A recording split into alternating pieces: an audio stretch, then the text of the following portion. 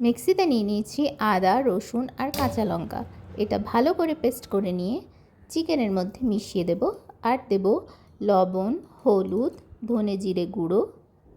আজ বানাবো একেবারে ভিন্ন স্বাদের নেপালি চিকেন।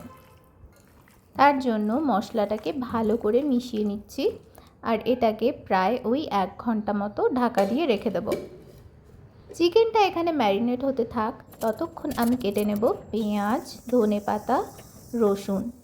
আর বেশি করে কড়াইতে তেল নিয়ে নিয়েছি আর 1 ঘন্টাও প্রায় হয়ে গেছে। এখন আমি দিয়ে দেবো চিকেনগুলো। ঢাকা দিয়ে ভালো করে ভেজে নেব যাতে ভেতরটাও একদম সেদ্ধ হয়ে যায়। চিকেনটা এখানে ভাজা হয়ে গেছে। এরপর চিকেনের মধ্যে মিশিয়ে নেব কেটে রাখা কুচনো পেঁয়াজ আর ধনেপাতা আর লঙ্কা কুচি। এটা ভালো করে মিশিয়ে নিয়েছি। এরপর কড়াইকে আবার তেল দিয়ে রসুন কুচি, লবণ, হলুদ, ধনে জিরে গুঁড়ো আর একটু বেশি পরিমাণে দিয়ে দেবো কাসুরি মেথি। আর চাইলে তোমরা লঙ্কা গুঁড়ো ব্যবহার করতে পারো, আমি এখানে অল্প সামান্য ব্যবহার করেছি। এরপরেই তড়কাটা মিশিয়ে নেব দইয়ের সঙ্গে ভালো করে।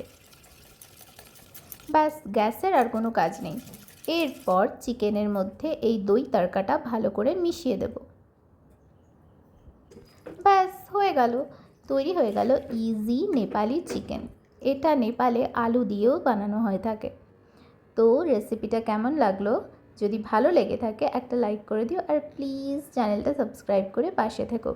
রুটি, পরোটা বা জিরা রাইস, ফ্রাইড রাইস বা শুধু ভাতের সঙ্গেও এই নেপালি চিকেন ভীষণ টেস্টি লাগে, ভীষণ। আজকের মতো টাটা।